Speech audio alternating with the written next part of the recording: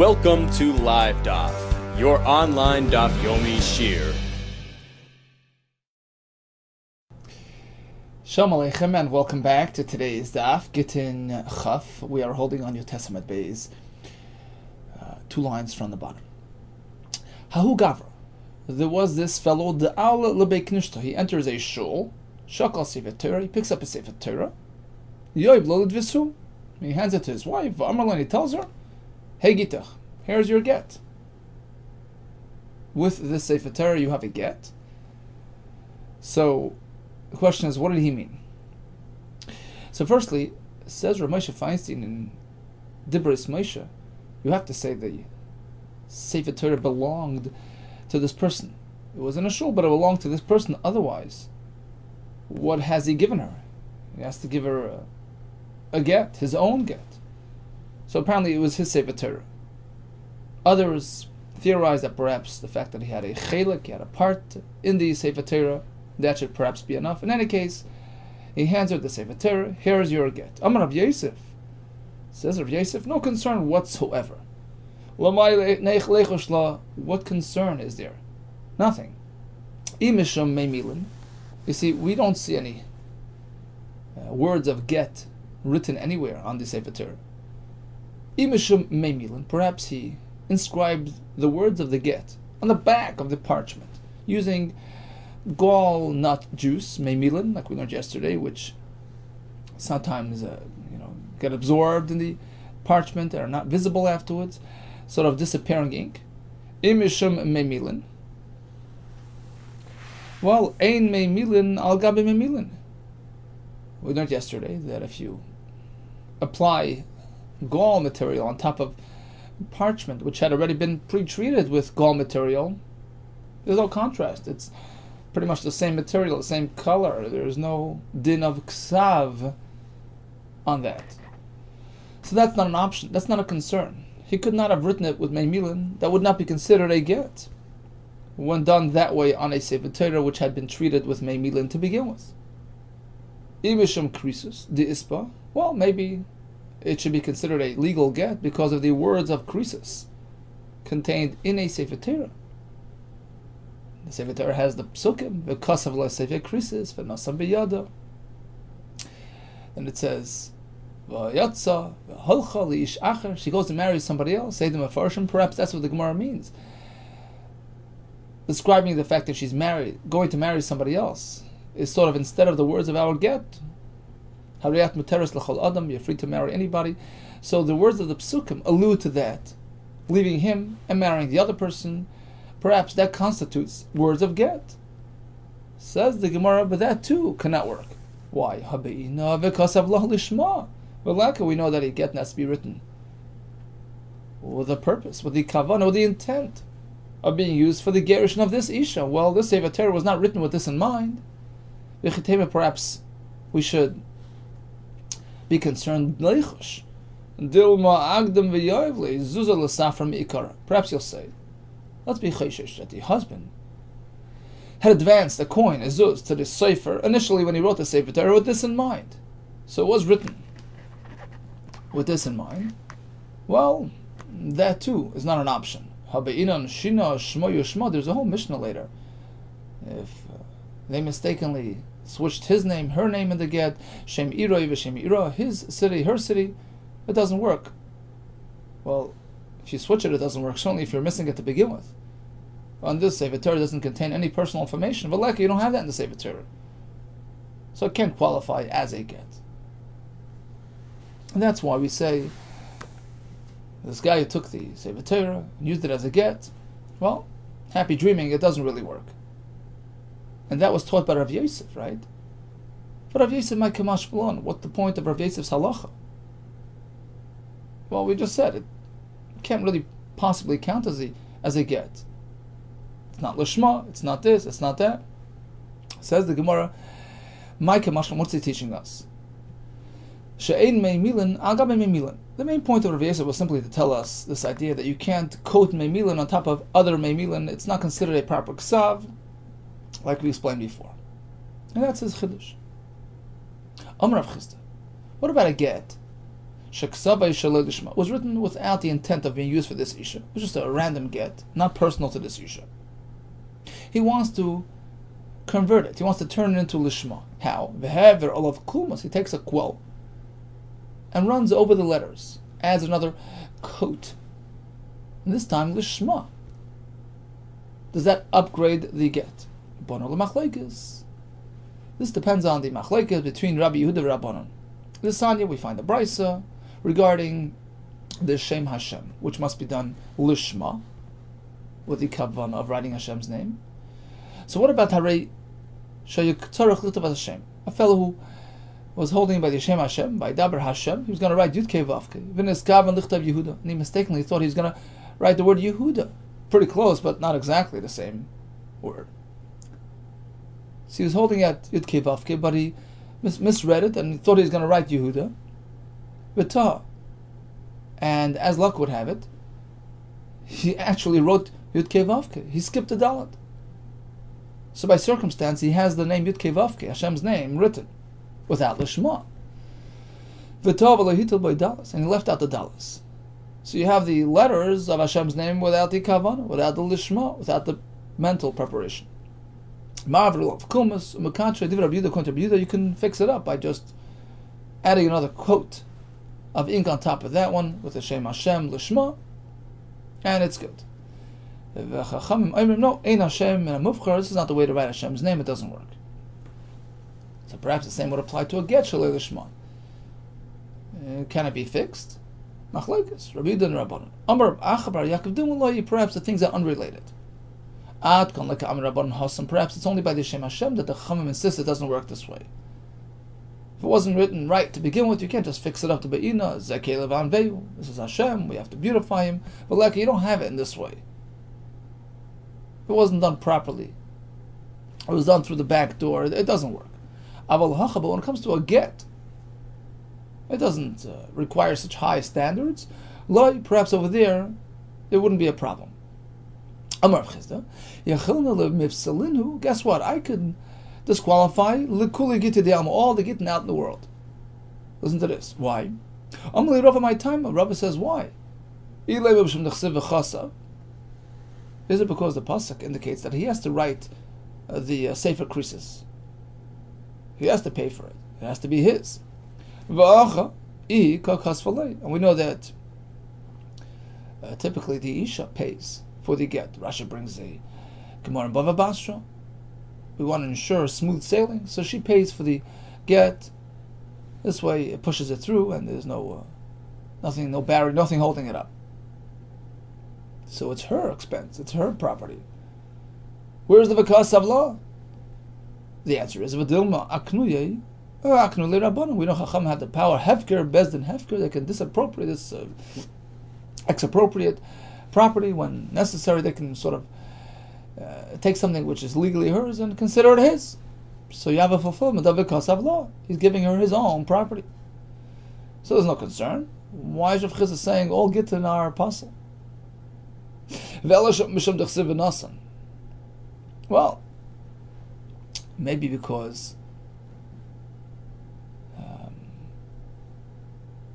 the pasuk says v'kasav lo seva krisis v'nasan b'yada. He has to give her something, and sometimes they just write it on something which isn't even worth a pruta. He's not giving her anything, so you're not fulfilling v'nasan. You're not gifting her anything. Well, the answer is Dilma Nesinas Geti. And the pasuk says v'nasan. Perhaps it's not speaking about the value of what he's giving her, the item, the object that he's granting her.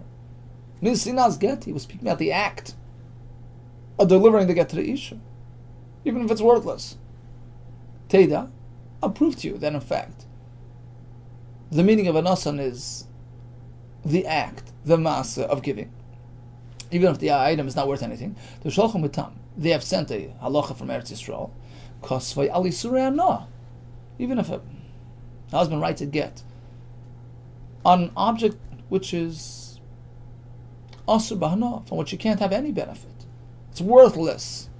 If you can't enjoy it, it's worthless. It has no monetary value. And a get written on that is kosher.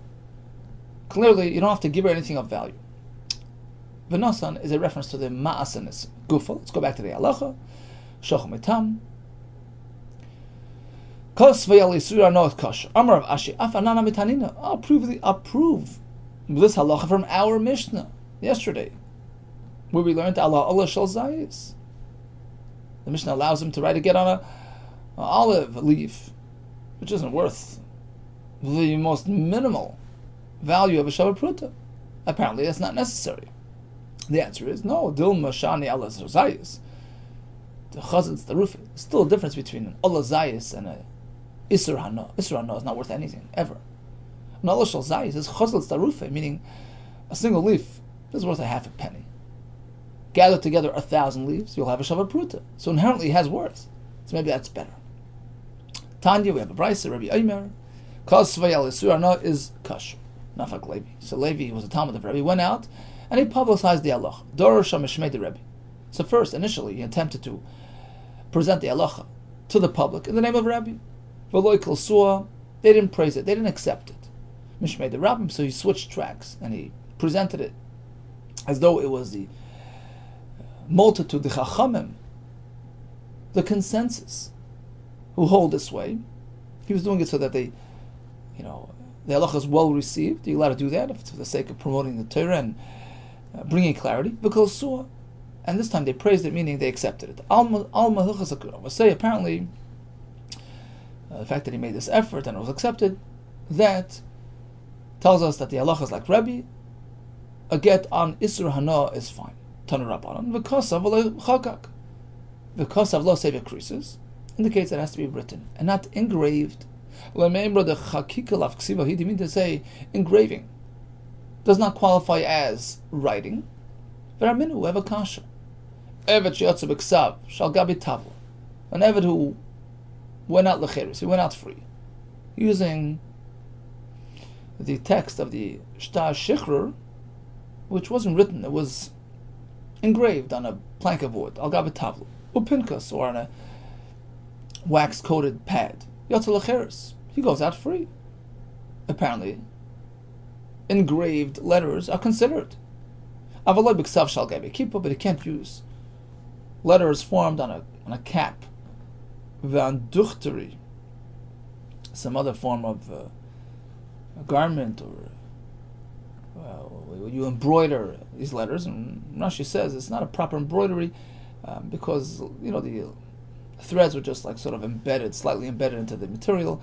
It wasn't really a permanent type of writing, so that doesn't work. But we see that engraving into a plank of wood, into wax, works. That's called a ksiva. Why do you tell me that by get it has to be v'kosav v'loy chokak, engraving doesn't work? Well, it depends, says the Gemara. Amar ulo, Amar b'las, loy kasha. The answer is all depends. Ha dechok tuchais, ha dechok yirechos. If it's chok tuchais, it doesn't work. Chok yirechos works. Rashi explains.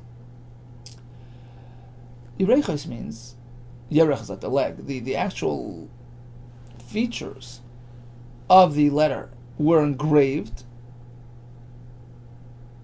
Right? So he took a sharp instrument and he engraved into the wax, engraved into the wood. That works. Those letters are considered ksiva. They work by get shichrur, no problem. Chak toiches means that it was sort of minted.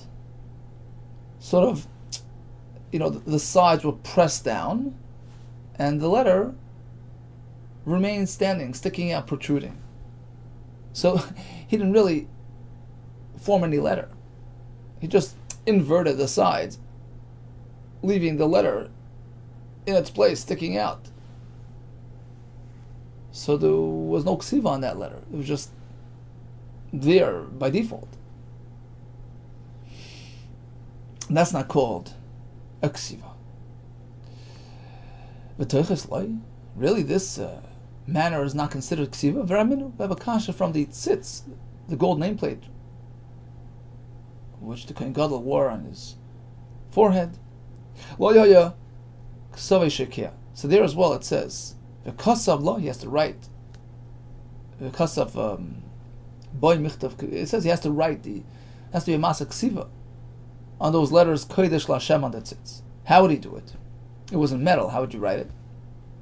It wasn't inverted. It wasn't sunk in. It was sticking out. It was protruding. Kedin Rizov, like you mint coins, like the form on a gold coin. Ask the Gemara if we're comparing the ksiva on the tzitz to the letters and the forms and designs found on gold coins. Now, how do we make gold coins? We don't engrave them. We push in the sides, right? We put them in a mint, in a form, and we squeeze the sides down. We push the sides down, and the letter or the form stays standing, stays in its place. Well, din rizov, and that's the way we make din rizov. And if the tzitz was made the same way, the sides of the letters pushed in and the letters protruding on their own, evidently that's called a ksiva.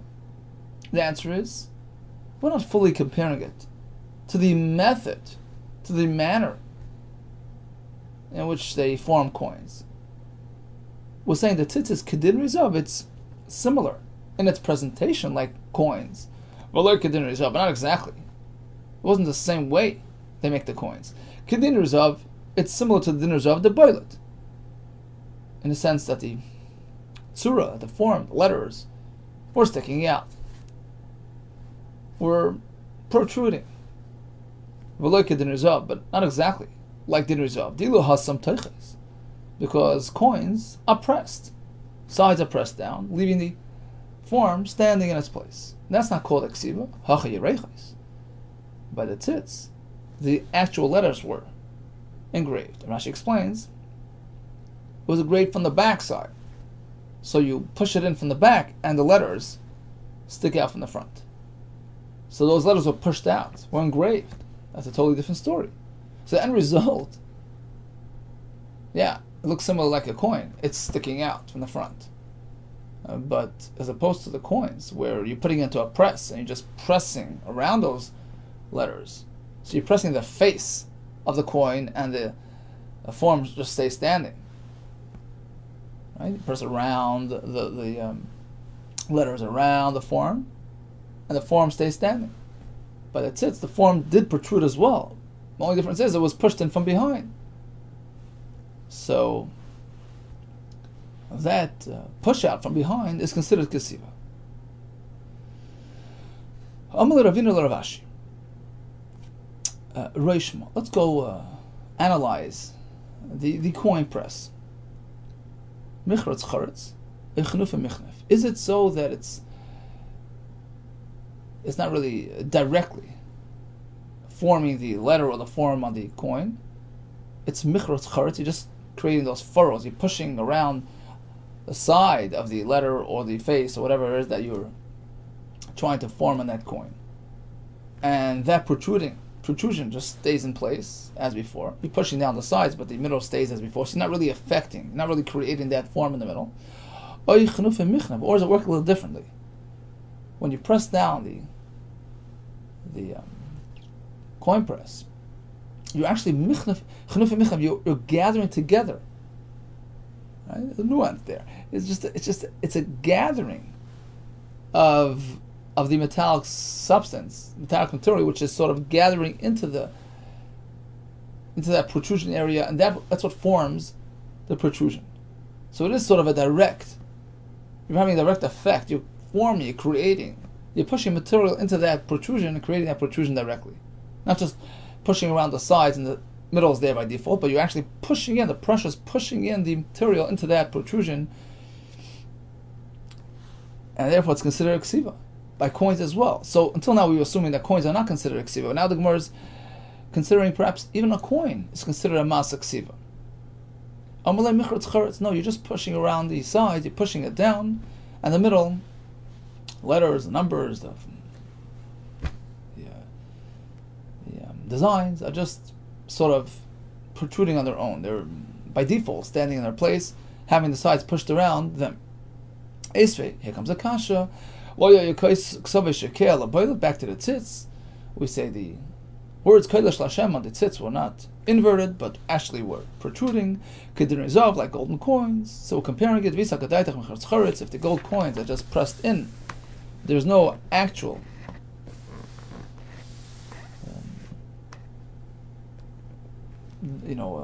forming of those letters.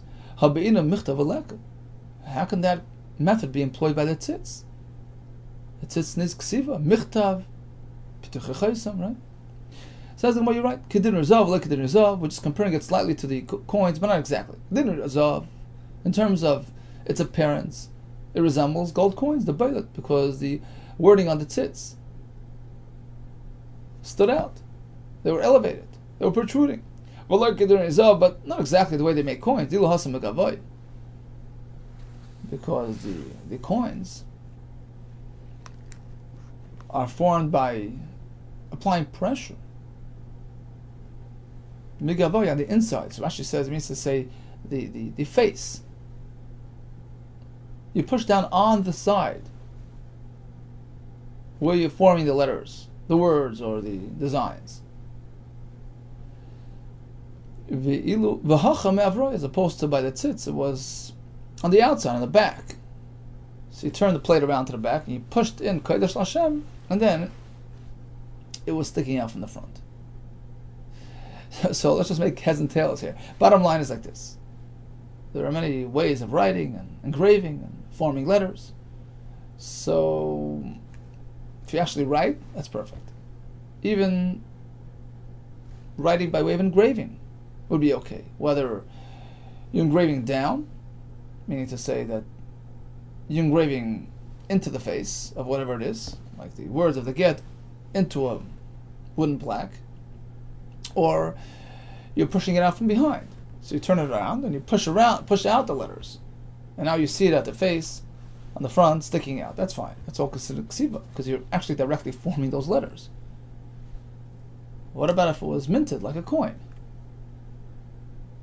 So that's an interesting question. The Gemara seems to leave it off as a question mark. Are you just pushing down the sides, or are you directly affecting the letters as well? You're sort of squeezing the material into the letters and having them protrude like that. Is that called a ksiva? We're not sure really. Boy minei Ravim Rav Nachman. Kasav laget al tas shel zav. So Rabbi asks Rav Nachman, what happens if the husband writes a get he engraves it on a gold platter, no less, gold platter. Tells the isha, okay, 2 for the price of 1. Here's your get, and the gold material of this platter should be a provision for your ksuba claim. I'm paying you ksuba, all on the price of 1. Ma, what's the halach? Amar Le, he says, sure, it works. Eskabel gita, eskabel ksavasa. She has her get, she has her ksuba. Eis v'her samakash. Brisa says eskabel gitech v'ashalu ksavasich. So he gives the isha a golden plate, and he says, look, there's your get, and the empty portion of the plate, unwritten portion, that's for the ksuba. We say eskabel gita v'ashalu ksavasa. So she has her get, and the rest, the unwritten portion, is for the ksuba. Oh, let's make a diuk on the brisa. Tama diuk shar. It only works because there's an empty space on that plate, which was not committed for the get, and that constitutes ksuba repayment. Apparently, if there's no actual empty space, it doesn't work. You can't say, well, the gold material beneath the get works for ksuba. And you said it does. Answer. You know what? The same halach would apply even if there's no empty space. The chiddush of the brisa is the afagav the ikashar. Even in the case where there is visibly empty gold material, in only if he actually tells her that it's designated for ksuba, then it's considered iloi iloi, but otherwise not. You don't say it's understood. Why is he giving her a gold plate for a get? No, you don't say that. My time of why? Avir the Megillah is considered the airspace of the Megillah, meaning it's batal to the get. Let's not make any assumptions. It's part of the get. It's not considered ksuba unless he designates it as such. He gives the isha the get, and he says, look, here's your get, vaniyar shali, and I'm not giving you the paper. Paper belongs to me. Eino megureshes. This time it doesn't work. It's a chiddush. Although we said before that, the v'nasan is mainly going on the act of giving, but Rashi says, you can't have letters without paper. If he's not actually even giving her the paper, he's sort of holding on to that. It's still his. So then the letters are perchais ba'avir, Rashi says. They're flying in suspended midair. There's no, they're not grounded on anything. She's not getting the paper. But if he says, look, I'm giving you the whole thing, on condition you give me back the paper. Now it works. It works because Rashi says you can do that. You can give a gift on condition that you return it. So for the time being, it was hers. And the get becomes activated. Suppose he says, I'm giving you the get with the paper, but I want to keep the paper material between the lines. The paper on which the letters are written, that's yours. But in between the lines, between the words, that's mine. What's the halacha here? Take it, we'll leave it unresolved.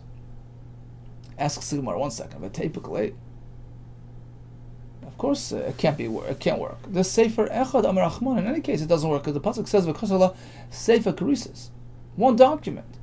It can't be compilation. It can't be comprised of 2, 3, 4 sections. If he's keeping the paper in between the words, he's giving her 1 million separate pieces of paper.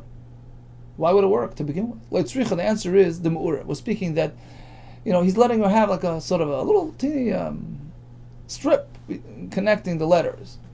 So it's keeping everything as one. So there's no issue of Sefer Echad. But still, he's taking much of the paper. And there's that sort of, separation between the parts of the get. Does that work? Here comes another question. So the Mishnah speaks about writing a get on the hand of an Eved and giving her the Eved. That works. What about how you muchzakim be'eved shushaloi? So everybody assumed that this slave belongs to Reuven, the husband. V'get kosav al yadai. Now there's a get on his hands. And she's holding the Eved. What would you say in this case? We have no raya. We don't have, Adam that saw the handing over of the Eved / get. She's holding on to the Eved, and she claims, look, I'm divorced. The husband gave me the Eved with the get written on him. Mi amrina, and shall we say aknui aknila, that he gave her the Eved, and she's divorced. Or shall we say hu menafshei ayil? You never know. The Eved could have taken a walk and walked into her house. Unlike an inanimate object like a piece of paper, it doesn't just, grow feet and walk away. So if she's producing the get, we assume it's hers. But here, it's an Eved, it's a living person. Maybe he just walked in there. Rava asks Rava, 1 second. In any case, it's not it doesn't work. The ksav sheyachol is dayafu. Look, text written on somebody's skin can easily be manipulated and forged and switched and erased. It's a forgeable document. Asks the Gemara, 1 second. If Rava's concerns us, then the whole Mishnah is confusing, because the Mishnah says you can write a get on Aliyat Shel Eved. Apparently, we're not concerned with Ziyuf. Well, says the Gemara, B'Shleimah Masnisin LeRava Lekasha. Rava can easily address the Mishnah. Be'edim Asira, Rav Lazahi. Sure, you can write a get on the Eved and give her the Eved, provided we have proof of transfer, that there were Edim Asira standing there, watching the transfer, and reading the get, knowing that it's a proper get. So it's there, it's clear, it's not forged, it's Ela l'Rami Bachama Kasha. But the Kasha was according to Rami Bachama. She's producing the Eved, claiming she got it as part of the divorce process. Well, we have no Edim Asira, obviously, otherwise it wouldn't be an issue. She wouldn't have to prove anything. There's no Edim Asira, then Rava's Kasha kicks in. There's nobody that read it, we don't know that it's verified, so then maybe it was just forged. Says the Gemara, L'Ram Bar Chama Nami L'Kasha B'Kseves Kak. Oh. So the answer on Rami Bar Chama can be that it was permanently engraved, tattooed into the Eved. The Tosfos deals with the question of whether it's Asr or not Torah. In some ways it's not really Asr. In any case, we're not dealing with the Isser of Kseves Kaka. Even if it would be aser, it's still a get. Once you've discovered this ksevis kaka, this tattooed option, the same thing can be answered in the Mishnah. It was done in this way. Mavi Allah, back to our question. Rabbi Bachama's question. She's holding on to the Eved, claiming it was given to her, together with the get, present on his body. Should we believe her or not? Tashma, the answer is no. The Amar Rish Lakish tells us ha'goydro is anything that's moving, like an animal. Ein len chazaka. You can't just grab a sheep and say it's yours, and say you sold it to me, because perhaps a sheep just wandered its way into your backyard.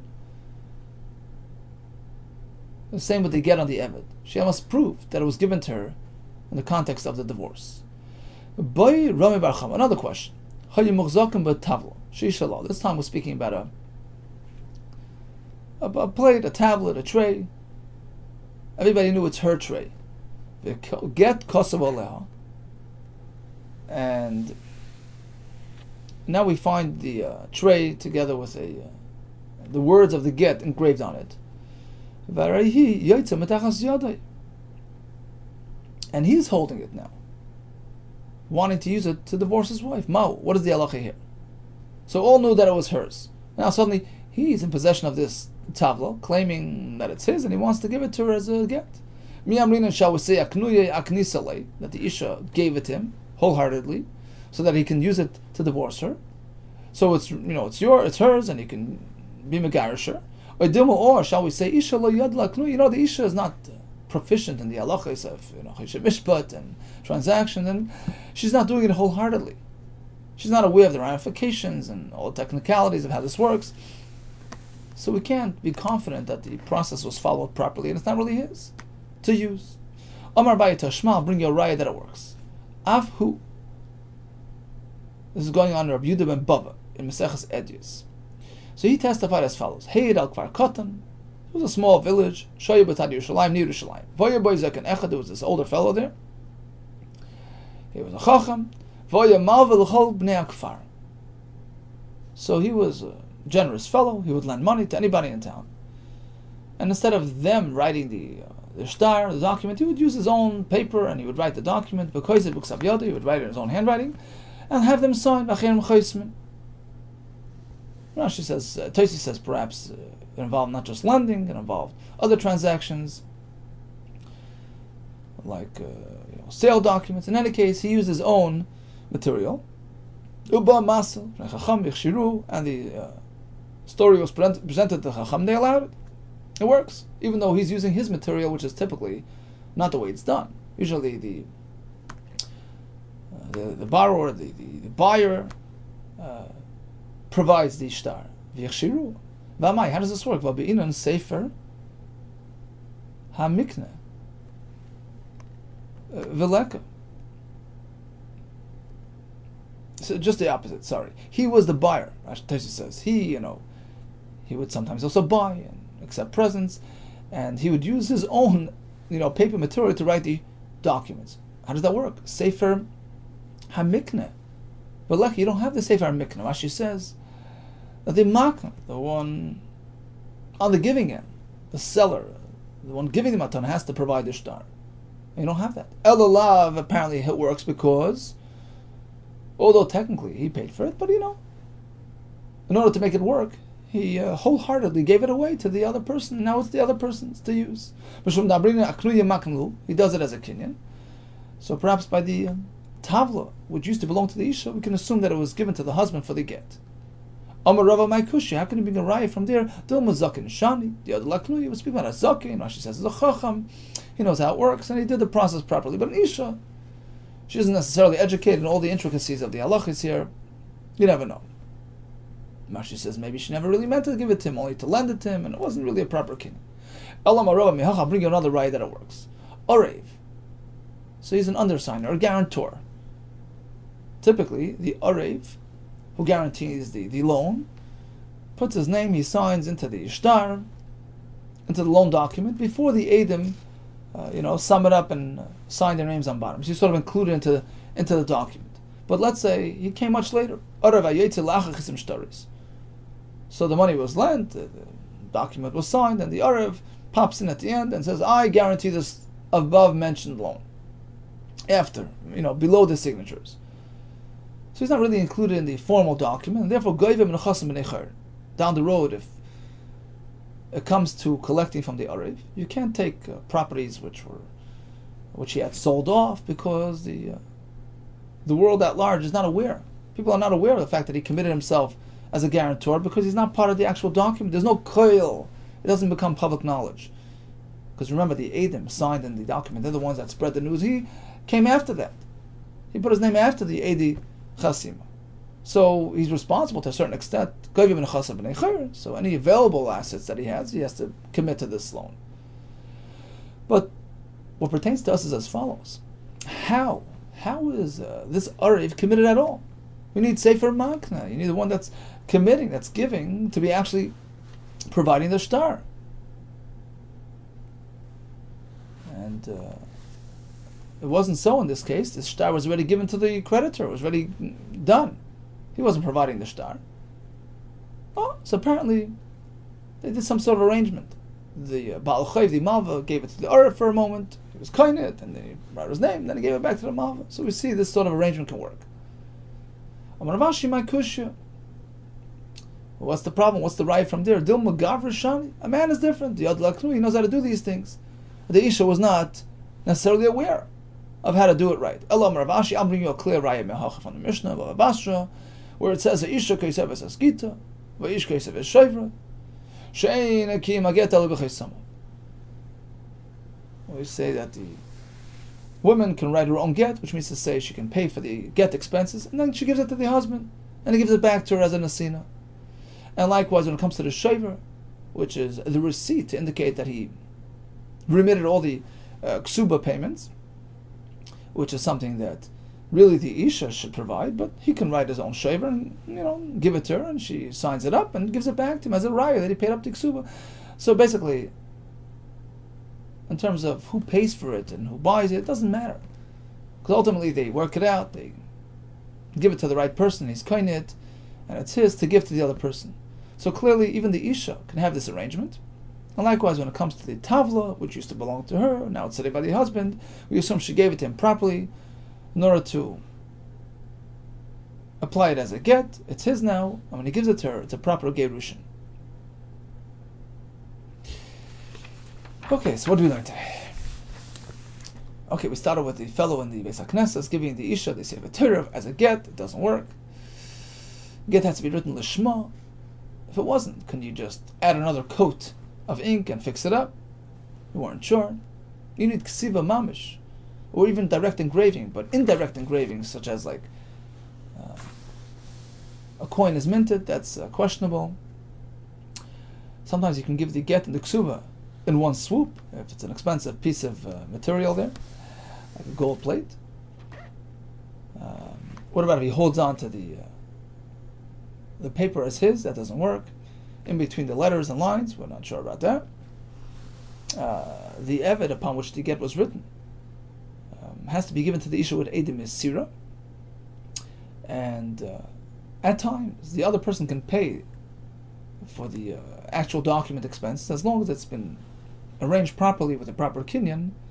That works by Shtar Milva, Shtar Mecher, Matana, Arev, Shaver, and Gittin as well. Surah's Tevis to you, and Hatzlacha Rabba always.